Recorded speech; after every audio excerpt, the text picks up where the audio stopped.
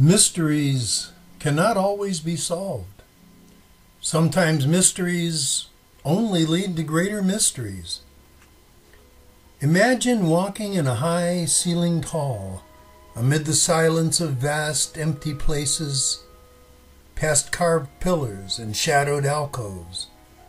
Your footsteps are the only sound you hear, and they echo and re-echo. There's a doorway ahead, but there are many doorways behind you. Doorways you have already passed through, and each time something has changed. The quality or color of the light, or sounds have grown sharp or muffled, distant or close. Now you hear only your footsteps, but you have heard voices and music, shouts and whispers all along your journey, one replacing the other. At one point you stopped and asked where this journey was taking you, and a voice answered, "Home." You are going home. You have always been going home. You close your eyes, repeat those words, and feel something soft under your feet. You open your eyes and find yourself standing on a carpet of fallen leaves. The stone walls and ceilings are gone, and a great forest surrounds you. The light has changed to a mellow gold, and the dying leaves, touched by that light, look like abstract tapestries, mellowed by age and faded by the sun.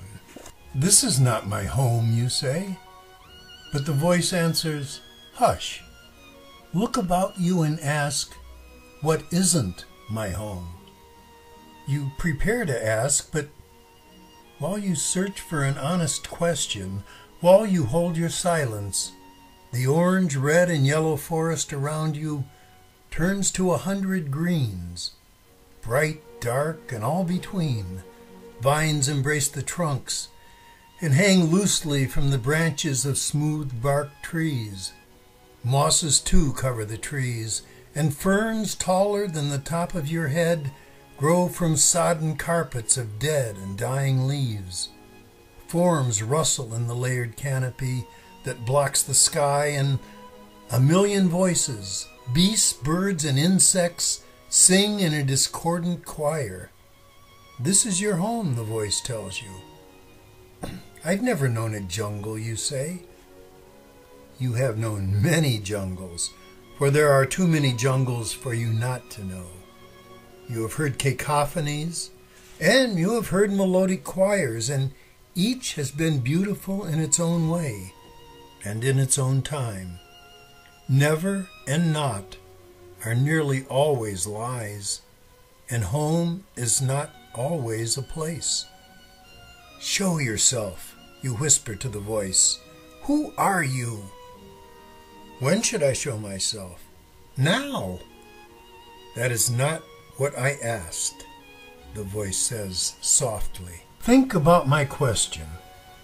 Should I show myself when I was an infant, a child, a youth? Should I stand before you at the peak of my powers or in my declining years? That's what I asked. I am you.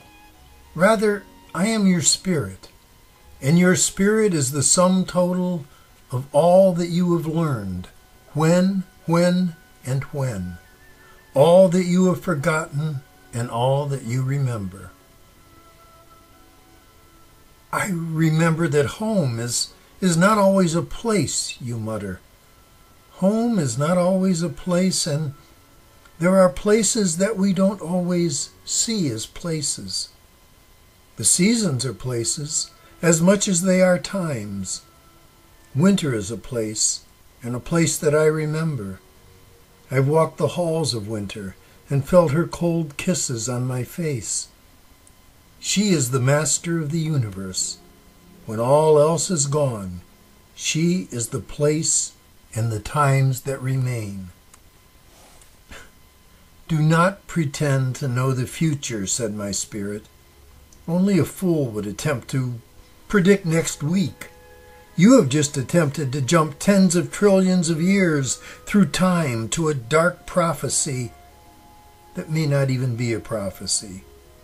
Over such spans of time, how could it matter whether predictions come true? Our time could end tomorrow, but the idea of eternity is still a useful thing.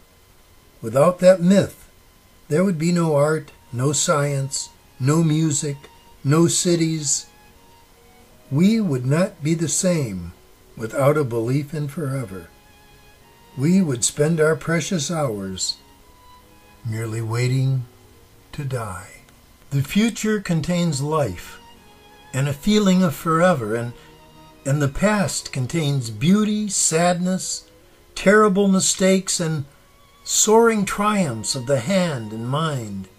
And the city and the spirit of the city holds most of our triumphs and most of our failures, most of our love and our unspeakable atrocities. The names are magical: Babylon, Athens, Troy and Rome, Beijing and London, Paris and St. Petersburg, east, west, south, north, and all between. The magic city, the goal of youth. This is your home. Yes, you reply, this is my home, but I also remember the desert. A photograph of a desert forms in your mind. I drove a desert once. The empty space, the vast cloudless sky.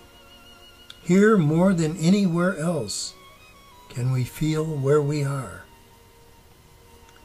Here, unblocked by forests or mountains, where the curve of the earth can be seen and known, the heat of our burning day star can be felt, and there can be no doubt of where we are, where we spend our lives, where we live, where we die, where we will our seeds to the future. Our first parents were the stars. We are children of the universe. There will be no end times, no rapture. We've already been left behind, left to our own devices, left to our own thoughts, left to conjure our own magic with the wands and staffs of art and science.